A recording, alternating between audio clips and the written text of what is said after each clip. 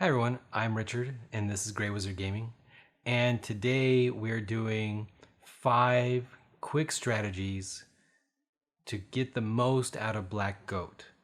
So these videos are my short videos that you can just watch and amplify your game while playing this faction.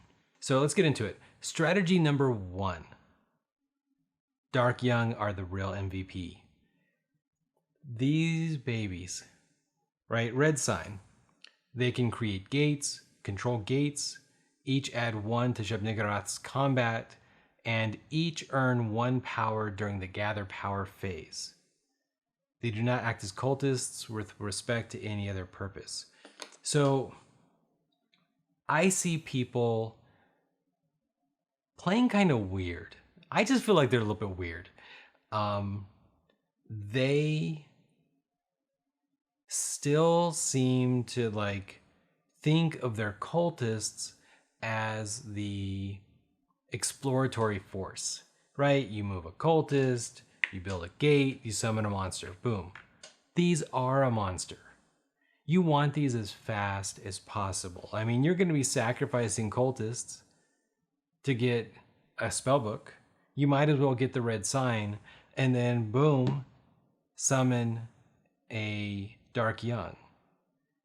With a Dark Young, you've got 1 of your 2 power back, and you can move out and you can summon your gate. Effectively, you can control more areas on the map than anybody else because you have so many units. More gates, very specifically gates, right? You have 6 cultists, 7 if you have your high priest, and plus you have 3 Dark Young. These guys are awesome. You can move in, eat a cultist, and immediately control it. I mean, these are so powerful. And I think everybody kind of knows they're powerful, but I just don't think that people are prioritizing the red sign, which empowers these to be their full potential as much or as early as they should. I've actually, I waffle back and forth, but between Thousand Young and Red Sign, but I think doing Red Sign first is the strong play most of the time. Tip number 2, try not to use the move action to get your spellbooks. What? Crazy? Crazy like a fox. A Cthulhu Lovecraftian infected fox. All right, have units in 4 areas. That gives you a spellbook, right? Have units in 6 areas. Have units in 8 areas. Share areas with all enemies. Okay, good enough. First time Black Goat player, they're like, I go here, and I move here, and I move here. Wait, what the heck are you doing? You're spending all that power to move, basically knowing that you can get eaten. And they're avoiding sacrificing 2 to get a spellbook. What? Number 1, your cultists are made to be sacrificed. Number 2, you have spellbooks that can help. You have abilities that can help. Necrophagy. You've got Crawling Chaos. They're about to take this gate from Yellow Sign. Even just leave. You're just moving in a ghoul. Now they're both pained. Oh, what's this? Maybe it's your turn next. And now you recruit a cultist. But wait, you had all your cultists out, right? We'll talk about that in a moment. You're now in another area. You didn't spend any power to move there. Okay? It's important to get into multiple areas. Keep in mind also that at that moment, you were in the area with all the other factions, right? That's what necrophagy's for. Don't just move into the area. It just doesn't make any sense. So use necrophagy and use avatar. All right? So avatar. You can make Yellow Sign, make a difficult choice. Do they move the cultist and their cultist gets eaten? Do they move the monster and then you eat their cultist? There's so many scenarios with Avatar. The important thing is it gets you in other places. So you teleport, and then you recruit a cultist, and you're in another area. But you didn't use the move action. Do not use the move action to unlock these spellbooks. Unless you're like close. I mean, maybe. But I still just never do it. There's no, don't, in my opinion, don't move to unlock the spellbooks. Plan your strategy around expanding fast to get your spellbooks, which is different, right? Moving and building a gate is different than saying, okay, I'm just going to move and move and move and move and move. Don't do that, guys. It's how you end up losing. You're spread too thin and you can't usually recover if the other players take advantage of that weakness. Tip number 3, not having cultists available to recruit. So I already gave a couple examples, Necrophagy and Avatar, where you find yourself in weird places on the map and you need to be able to recruit the cultist. Now, here's the thing. This shouldn't be a problem for you. You, more than anybody else, as a faction, should not be starting the round with cultists, right? You've got blood sacrifice. If Shub-Niggurath is in play, you can choose to eliminate one of your cultists. If you do get an elder sign, every round you should be sacrificing a cultist, period. You sacrifice the cultist, and that gives you the tool you need to recruit after you've avatared. It's very important. You need to do this. When you summon Shub-Niggurath, remove 2 cultists. When you get your first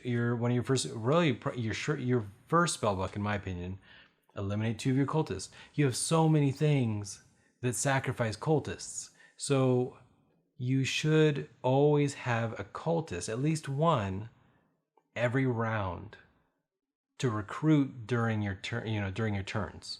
At some point, you should try to maneuver in a way to recruit a cultist and then leave, which leaves you in another area, which hopefully should unlock a spell. Tip number 4, helping people to hurt them.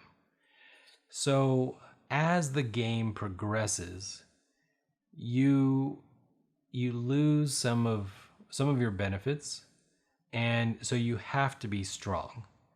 But you're likely to have a competitor, right? And somebody who is really like lined neck and neck with you.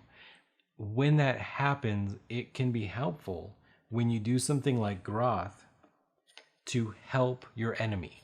Because Groth, right, the concept of Groth, roll 1 die. If the result is equal to or less than the number of areas containing fungi, your enemies must eliminate cultists equal to the roll. So, obviously, if you succeed, you will eliminate cultists from either the number 1 player, or if you're the number 1 player, then the next player behind you. Makes sense? They should choose, but they might not be able to negotiate, and that's great. You get to choose. Great. But if they cannot agree, if the result is higher than the number of areas with fungi, place an acolyte anywhere on the map. This costs 2. And if you do not have a cultist and you had no opportunity to play it, you might as well do a fungi Groth roll, and then you just place the cultist, right? I mean, it works, guys. It works. It's not ideal. It's better to make people lose 3 cultists, especially at the end of the round after they can't do anything about it. Really, that's what you want. However, if you have all your cultists out, that doesn't mean don't use Groth. Use Groth. Just use Groth and give the weak faction their cultist back. You can place it anywhere on the map too, by the way. So you could place one of their cultists back on the map. Oh, you're welcome. Oh, you just gobble him up. Now he can't recruit him back. I used to say don't use Groth, and now I'm saying Groth is worth it. Groth is pretty nice, especially because Black Goat seems to have a little excess power once your engine's fully working. Tip number 5. Be careful using Avatar late game. You have to be careful with Avatar in general, right? The concept is Avatar. Action cost 1, choose an area and a faction, swap the location of Shub-Niggurath and a monster or cultist in the area chosen by the faction owner. Okay, I choose blue. That kind of, I guess, boom. You swap places, right? It's very simple, very straightforward. They're like, well, okay, I'm gonna initiate combat. You do not want people using weak monsters to initiate combat against your great old ones. If you haven't realized it yet, your great old ones are very vulnerable to weak monsters because they have a 1 in 6 chance per combat die of eliminating you. And yeah, you'll probably eliminate them, but they don't care. They don't care at all. Yellow sign with their undead, they don't care. So you have to be careful. What's supposed to happen is you say, you don't have any monsters? Boom, okay, I'm avataring in here. They move a monster in, you're like, oh, that's fine. I'm just going to avatar back. You're like, okay, boom, I'm gonna put a monster back over there. Now, if you're using neutral monsters, you can do some real nasty things because you might be able to put a really nasty monster, neutral monster, in their area. But regardless, that's how it's supposed to work. But later in the game, they get unlimited combat. And when they get unlimited combat, what they do is they move in and initiate combat. So suddenly you have to be very careful. And the only time you should be using Avatar at that point is if the player has no power left, right? It's totally, and not just the player you're targeting, but any player. You have to look at what they can do. Can they get to you? Like, oh, okay, I'm gonna go over here and I'm just gonna start capturing all the yellow sign cultists one by one. That's fine. But Crawling Chaos can get there. They can pick on you if they want. So you really want to be careful once anybody gets unlimited combat. You have to watch them and you have to ask yourself, can they get to you? And if they can, then I wouldn't do it. Basically, I would never do it. I will never risk my great old one in that kind of scenario because it is way too dangerous. With that, I think that covers it. I dropped in a lot of like little micro strategies as we went, and I think if you just keep those in mind, there's so many different things, right? Should you summon Shub-Niggurath first round or second round? I think not first round. I know a lot of people last time commented that that's how they win. You can win. It's just it leaves you open second round. And as you play with more factions, there's more chances they might be able to do something bad to you second round when you don't have power.